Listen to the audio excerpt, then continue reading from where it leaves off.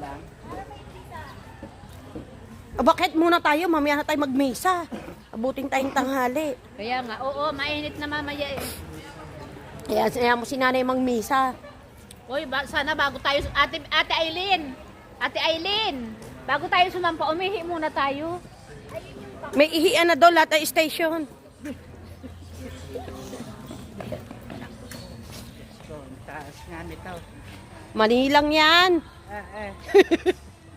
Yan o, dabak o, plastic ang haba o. Ang taas niya no.